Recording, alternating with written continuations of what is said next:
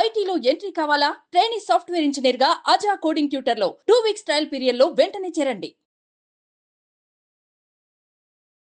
నమస్కారం ఠాగూర్ గారు. నమస్తే అండి శ్రీ గారు. మనం చూస్తున్నాం ఈ మధ్య కాలంలో చాలా వరకు ఎక్కువగా బయట ఫుడ్కే ప్రిఫర్ చేస్తూ ఉన్నారు. బయట జంక్ ఫుడ్నే ఎక్కువగా తీసుకుంటూ ఉన్నారు. కానీ ఈ మధ్య కాలంలో మనం చూస్తే ఎక్కువగా బయట ఫుడ్ తీసుకొని ఎస్పెషల్లీ మోమోస్ తిని ఒక ఆవిడ చనిపోయిన అన్న వార్త కూడా మనం వింటూ ఉన్నాం. అండ్ తీసుకునే ఆహారంలో కల్తీ జరుగుతుందని అండ్ సరిగ్గా హైజీనిక్గా ఉండకపోవడం, ఏది పడితే అది ఆయిల్స్ యూస్ చేయడం, ఇవన్నీ మనం చూస్తున్నాం.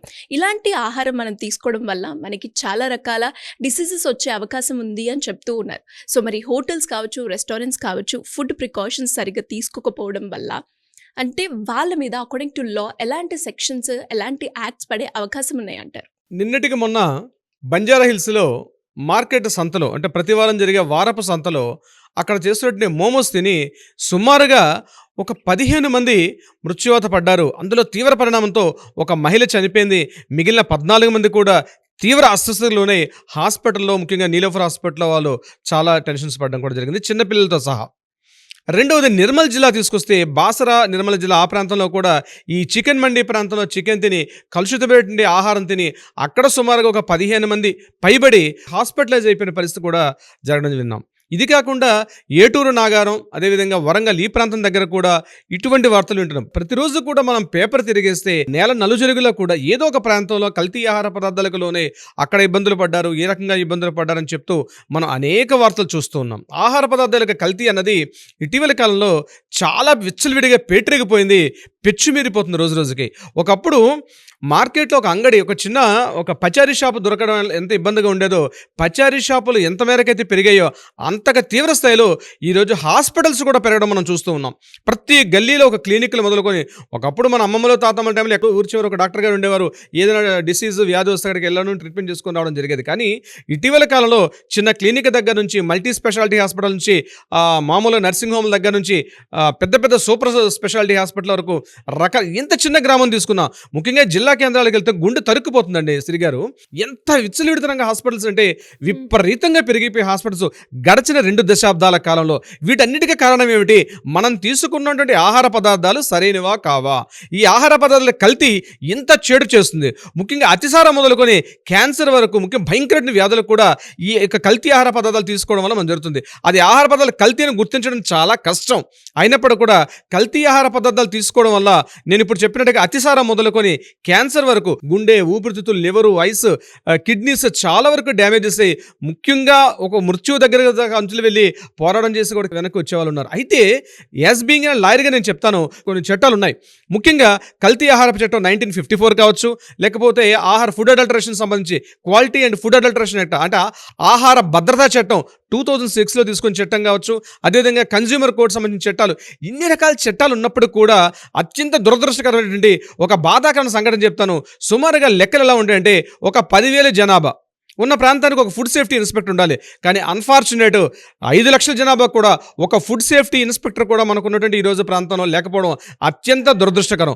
ముఖ్యంగా హోటల్స్ ఇటువంటి వాటిపైన ఒక అజమాయిషీ లేదు. వాటిని క్వాలిటీ కంట్రోల్ చేసే ఒక తీరుతెన్నులు సరిగ్గా లేకపోవడం వల్ల కలర్ఫుల్గా కనిపించే ఆ ఫుడ్ వైపు మనం వెళ్ళి వాటిని తీసుకోవడం చాలా ఇబ్బందులు కూడా గురవుతుంది. కానీ ఎవరికి నమోదు చేయాలి, వీటిని ఎలా ఫిర్యాదు చేయాలి, ఏ రకంగా వెళ్ళడం ఉంది, చాలా అవేర్నెస్ మొత్తం చాలా తక్కువగా ఉంది. అయితే ఈ ఫుడ్ సేఫ్టీ, ఆహార కల్తీకి సంబంధించి 2 రకాలుగా మనం డివైడ్ చేసుకోవచ్చు. ఒకటి కల్తీ ఆహార పదార్థాలు, అంటే కల్తీ ఆహార పదార్థాలు ఒకటి, వండినటువంటి ఆహారం కల్తీ అన్నది 2 డివిజన్స్గా డివిజన్ చేస్తారు ఈ ఫుడ్ అడల్టరేషన్ సంబంధించి. ముఖ్యంగా కల్తీ ఆహార పదార్థాలు ఎలా చెప్తామంటే, ఉదాహరణకు పాలు, తేయాకు అంటే చక్కెర, తీసుకునే పాలు, ఈ పాలలో కూడా కొన్ని రకాల యూరియా పౌడర్స్ అని కలిపి కల్తీ పాలు తయారు చేసి కూడా చాలా చోట్ల విక్రయించడం కూడా మనం చూస్తూ ఉంటాం. టీ పొడి తీసుకున్నట్లయితే టీ పొడిలో రంపపొడి కలుపుతారు. ముఖ్యంగా ఉదయం తీసుకున్న టీ పొడిలో సేమ్ బ్రాండ్ పేర్లాగా ఉంటుంది. దాంట్లో రంపపొడి, కర్రపు అంటే వుడ్ స్క్రాప్ వస్తుంది కదా పౌడర్, అంటే మన సామిలికి తీసుకెళ్తే స్క్రాప్ పౌడర్ వస్తుంది. ఈ పౌడర్ని అందులో కలిపేసి తేయాకు పౌడర్గా కలిపి అమ్మే సందర్భాలు కూడా చూస్తున్నాం. అదేవిధంగా చక్కెర, ఇక్కడ ఏం చేస్తారంటే షుగర్ సిరప్ అని తయారు చేస్తారు. ఆ షుగర్ సిరప్ను కూడా చక్కెరలో వేసి ఆ స్వీట్నర్గా దానికోసం కూడా మనం వాడుతుంటాం. నాట్ ఓన్లీ ఒకటే కాదు, మనం తినే ప్రతి ఆహార పదార్థాలు. ఇంకొక భయంకరమైన సంఘటన చెప్తానండి శ్రీ గారు, ముఖ్యంగా రైస్లో కూడా కల్తీ కలుపుతారండి. రైస్ కల్తీ ఎట్లా కలుపుతారంటే ముఖ్యంగా మిల్లు స్థాయిలోనే రైస్ని ప్యాక్ చేసేటప్పుడు దాంట్లో పురుగు పట్టకుండా ఉండడం కోసం చెప్పి కొంత పరిమాణంలో ఒక కెమికల్ని కలుపుతారు. అదేం చేస్తుంటే బ్యాగ్స్ ప్యాకింగ్ చేసేటప్పుడు కూడా ఆ ప్యాకింగ్ టైంలో రైస్ ఏం చేస్తుందంటే మనం 5 నెలలు 6 నెలల పాటు దాంట్లో స్టోర్ చేసిన పురుగు పట్టకుండా దానికోసం కెమికల్ కలుపుతారు. అది కూడా ఒక పరిమితికి మించి కలుపుతారు దాన్ని. ఎందుకంటే ఎక్కువ రోజులు నిల్వ ఉండాలనే ఉద్దేశంతో అది కలుపుతారు. దానిలో టేస్ట్నెస్ కూడా వస్తుంది, స్వీట్ కూడా కనిపిస్తుంది. ముఖ్యంగా ఈ సన్నపురక బియ్యాల్లో కూడా మనకి ఇది ఎక్కువగా కనిపిస్తుంది. కొన్ని రకాల రైస్ మిల్లర్లు కూడా దీన్ని చేస్తూ ఉంటారు. అక్కడొక్కడే కాకుండా ముఖ్యంగా పప్పులు, కందిపప్పు, పెసరపప్పు ఇట్లా చూస్తారంటే ముఖ్యంగా కలర్ కంటామినేషన్ చేస్తారు. అక్కడ ఆ కలర్ బ్రైట్నెస్ కావడం కోసం చెప్పి తాండూరి పప్పు అంటారు దాన్ని. అద్భుతంగా ఆ కలర్ ఆ ఫ్లేవర్స్ కనిపించడం ఆ రకమైన ఫ్రాగ్రెన్స్ కోసం ఏం చేస్తారంటే అందులో కందిపప్పులు కూడా కలుపుతారు. ఇట్లా ఎందెందు వెతికినా అందందే వెళ్ళనట్టుగా ఇది అదే తారతమ్యం లేకుండా ప్రతి ఒక్క వస్తువులో కూడా, తినే వస్తువులో కానీ తాగే మనం ఆహార పానీయాల్లో కావచ్చు, ప్రతి విషయంలో కూడా ఈ ఫుడ్ పాయిజనింగ్ కలర్స్ అంటే అది పరిమితిగా మించి ఫుడ్ పాయిజనింగ్ చేస్తారు. అంటే కలర్, ముఖ్యంగా కలర్ కంటికి అందంగా కనిపిస్తే తీసుకుంటాం అని చెప్పి ఉద్దేశంతో కొన్ని గవర్నమెంట్ ఏం చేస్తుంటే కలర్స్ వాడాలి. ఫుడ్ కలర్స్ వాడడం ఒక పరిమితికి మించి ఉంటాయి. ముఖ్యంగా మనం పసుపులో వాడతాం, మనం టర్మరిక్ పౌడర్లో కూడా హెవీగా జరుగుతుంటుంది. అన్నిటి కాకుండా అల్లం వెల్లుల్లి పేస్ట్ అని ముఖ్యంగా వాడతారు. ఈ జింజర్ గార్లిక్ పేస్ట్ అని వాడతారు. జింజర్ గార్లిక్ పేస్ట్ అని చెప్పి టన్నుల కొద్దీ వాడతారు. ముఖ్యంగా ప్రతి హోటల్స్లో కూడా ఆ కిలో డబ్బాలు ఉంటాయి. అందులో 90% చాలాసార్లు దాడులు చేసినప్పుడు ముఖ్యంగా బహదూర్పల్లి, కాటేడాని ఈ ప్రాంతాల మీద రైడ్ చేసేటప్పుడు పూర్తిగా అదంతా కూడా చెట్టు ఉంటుంది కదా, ఆ సెంటర్ గట్టిగా కొట్టేసి ఒక అల్లంగా కలిపేసుకుంటూ చాలా చోట్ల మనకి జింజర్ గార్లిక్ పేస్ట్ వాడతాం, చూస్తుంటాం మనం ఫుడ్ అడల్టరేషన్లో. అంటే మేము ఈ కేసులు నంబర్ ఆఫ్ కేసెస్ చూసిన తర్వాత మాకు ఒక అవగాహన వస్తూ ఉంటుంది దీనికి సంబంధించింది. ఇక ప్రతి విషయం నాట్ ఓన్లీ ఒక పప్పులనే కాదు, ఉప్పులనే కాదు, సాల్ట్లో కూడా కలుపుతారు. చాలా సందర్భాల్లో మీకు తెలియని విషయం అంటే ఆ వైట్నర్ కోసం కనిపించడం కోసం సాల్ట్, యాక్చువల్లీ నేచురల్ సాల్ట్ అంత వైట్ ఉండదండి, బట్ దానికోసం ఏం చేస్తారంటే ఆ వైట్నర్ కలుపుతారు సాల్ట్లో కూడా. ఇక ప్రతి ఐటమ్, ఇంకా ఫుడ్లో వాడే ప్రతి ఐటమ్, ఫుడ్ ఐటమ్స్ తయారు చేసేటప్పుడు నేను చెప్పేది ఆహార పదార్థాల కల్తీ ఆ రకంగా ఉంటుంది.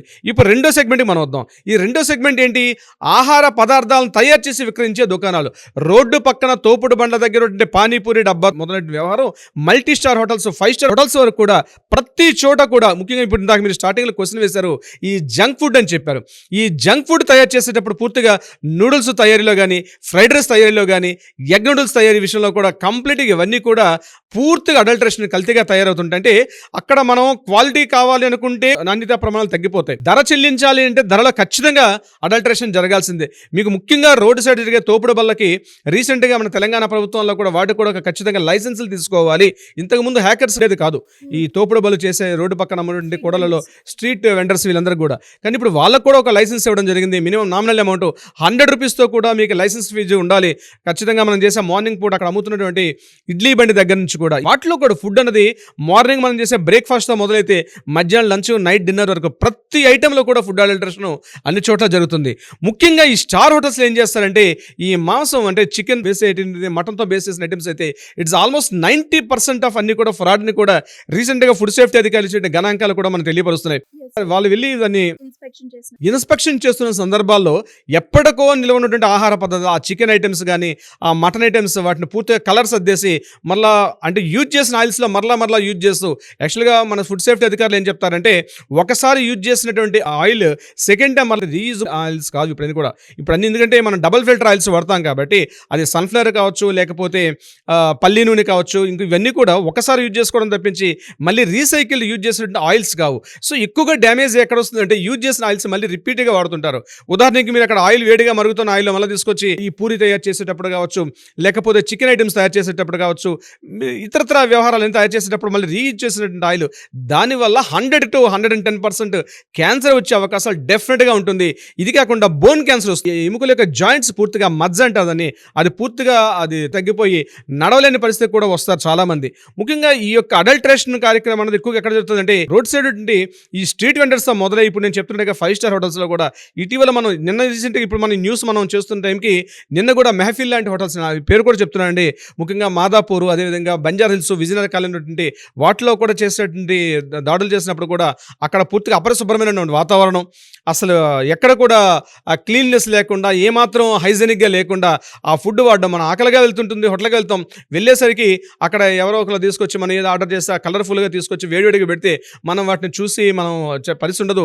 తరువాత మనకి హెల్త్ డ్యామేజ్ అయిన తర్వాత అరే నేను పలానా చోట తిన్నాను కాబట్టి నాకు ఈ రకమైన సమస్య వచ్చిందని మనం గుర్తించడం జరుగుతుంది. అయితే అనుకున్నట్టుగా దీని మీద చట్టాలు, ఇంత కఠినమైనటువంటి చట్టాలు ఉన్నప్పటికీ కూడా సరైనటువంటి అజమాయిషీ ప్రభుత్వ యంత్రాంగం జిహెచ్ఎంసీ కావచ్చు, హెచ్ఎండిఏ కావచ్చు, మున్సిపల్ స్థాయిలో కావచ్చు, నగర పంచాయతీలో కావచ్చు, కానీ ప్రతి స్థాయిలో కూడా ఆ ప్రాంతంలో ఉన్నటువంటి ఆ హోటల్ ఇండస్ట్రీస్ మీద, అదేవిధంగా మ్యానుఫ్యాక్చర్స్ ఇండస్ట్రీ మీద సరైనటువంటి అజమాయిషీ అనేది చాలా అత్యవసరం.